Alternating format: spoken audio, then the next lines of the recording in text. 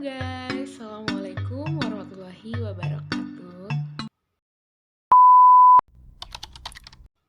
Oke, balik lagi bareng Hani Ivanaura di sini. Iya, aku mau cerita sedikit nih.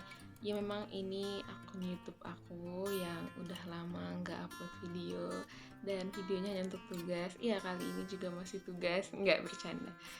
Iya, bisa dibilang tugas sih.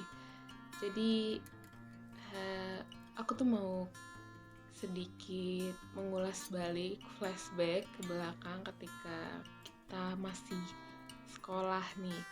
Zaman-zaman kita SMP, SMA, kita tuh kalau lagi upacara, terus kita tuh dengerin amanat dari guru-guru kita. Biasanya yang jadi amanat upacara itu pembina upacara yang selalu ganti-ganti terus kan setiap minggunya. Nah, yang sering banget aku denger itu ada kalimat kayak kalian itu dipersiapkan untuk menjadi generasi emas Indonesia. Kalian itu adalah generasi-generasi penerus yang akan memimpin negara Indonesia ke depannya. Tahun 2045 kalian akan mendominasi kepemimpinan di Indonesia. Gitu sih kira-kira ya kata-katanya. Terus kebayang gak sih kira-kira apa itu generasi emas Indonesia dan kenapa harus 2045? Oke, jadi kenapa sih generasi emas Indonesia itu harus diukur pada tahun 2045? Kenapa nggak 2035 atau 2055 gitu, lebih tua? Iya, kenapa? Karena Indonesia pada saat itu genap berusia 100 tahun. Ya, 1 abad ya. Sudah 1 abad dan Indonesia diharapkan bisa maju ke depannya. Nah, pada tahun 2045 juga, Indonesia itu diperkirakan mendapatkan bonus demografi di mana penduduknya, 70% dari penduduknya itu ada pada usia produktif sekitar 15 tahun sampai 64 tahun. Dan 30% sisanya itu berada pada usia non-produktif atau sekitar 14 tahun ke bawah dan 65 tahun ke atas. Nah, itu kan bonus banget gitu ya. Selama dimanfaatkan dengan baik, diharapkan tahun 2045 itu Indonesia akan lebih maju dengan generasi baru. Selama pandemi ini, yaitu tahun 2020 sampai tahun 2021, dalam perhitungannya kelahiran itu meningkat cukup pesat ya.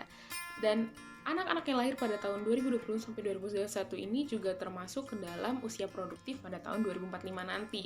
Jadi diharapkan banget anak-anak yang dilahirkan tahun ini tuh bisa dididik dengan lebih baik, pendidikannya lebih baik walaupun dalam keadaan pandemi ya, dan diharapkan bisa menjadi usia produktif yang bisa juga membangun Indonesia menjadi lebih maju ke depannya. Bonus demografi ini kalau misalnya tidak dimanfaatkan dengan sebaik mungkin gitu, itu malah jadi bumerang gitu untuk jadi masalah sosial ke depannya seperti kemiskinan, kesehatan yang rendah, kriminalitas, pokoknya kesenjangan sosial gitu. Jadi harus ada upaya yang tepat untuk membangun generasi ini menjadi generasi emas nantinya tahun 2045. Lalu untuk menjadi generasi emas Indonesia pada tahun 2045 nanti, kira-kira apa sih yang harus kita persiapkan? Nah, apa yang harus kita pupuk gitu dalam diri kita gitu. Dan itu ada peranan antara pendidikan baik itu di sekolah, di masyarakat, ataupun di keluarga gitu. Nah, kira-kira apa sih yang harus dipersiapkan oleh generasi kita ini untuk jadi generasi emas tahun 2045 nantinya? Nah, itu ada 4 ya. Nah, yang pertama itu kita harus memiliki kecerdasan yang komprehensif, yaitu produktif dan inovatif. Dan yang kedua, kita harus damai dalam interaksi sosial dan juga berkarakter yang kuat.